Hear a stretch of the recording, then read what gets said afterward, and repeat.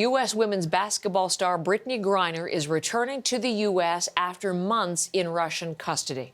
We heard live in that news conference just a few minutes ago from the U.S. president at the White House, Griner flying home after a prisoner swap between Washington and Moscow.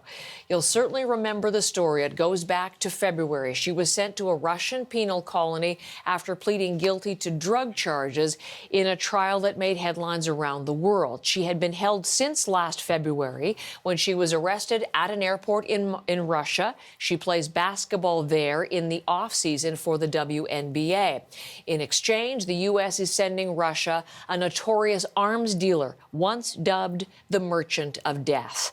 Let's bring in Magda Gabriel-Selassie, who's in our bureau in Washington. She, too, watching that announcement from the U.S. president after months of negotiation. Magda, what has happened for Brittney Griner today? Well, we heard from President Joe Biden that they have cut a deal to swap her for that arms dealer, and she is now out. He said she is safe. She is in good spirits, he said, because he got a chance to actually speak to her on the phone. And now she is on a plane heading back home to be reunited with her family. And of course, it has been months. As you said, she's been in Russian prisons since February, and there has been talks of trying to work out some sort of deal to get her out and to swap her possibly for someone else. And we know now that she has been swapped for this arms dealer. Now, this really brings a nightmare to an end for Griner and for her family. They've been fighting and pushing U.S. officials to get a deal done to bring her home, and now it's actually happening. So take a listen to what President Joe Biden had to say.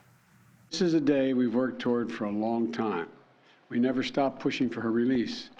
It took painstaking and intense negotiations, and I want to thank all the hardworking public servants across my administration who worked tirelessly to secure her release. Now, all along, U.S. officials have said that she was being wrongfully detained. We heard Biden say in that press conference that her trial was a show trial, and now it has all come to an end. She's on her way home.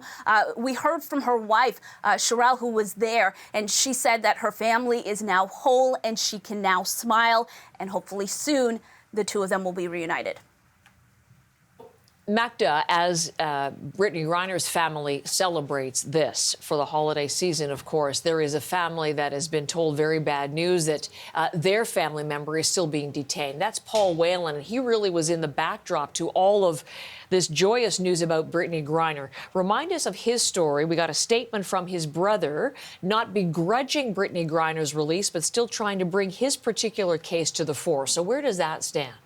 Yeah, Paul Whelan has been in Russian prisons for years. He's been fighting, his family's been fighting to bring him home, to have U.S. officials, carry out a similar deal. And they had hope because recently we've heard several U.S. officials say that they were working or hoping to bring Brittney Griner home, but as well Paul Whelan home as well. But in this deal, he has not been included. And we heard from his brother, David, in a statement saying that the family is glad that Brittney Griner has been brought home. They're happy that U.S. officials have done this, but at the same time, they're devastated because Paul Whelan remains in Russia, and they're concerned that he's going to how he's going to feel about what has happened when he hears the news, and how they're concerned that he is going to lose hope. So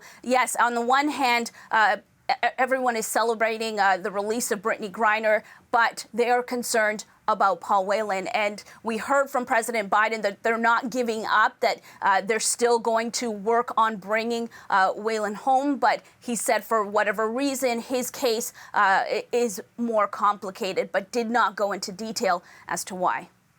Magda, thank you. On the breaking news, there is Magda Gabriel-Selassie from Washington.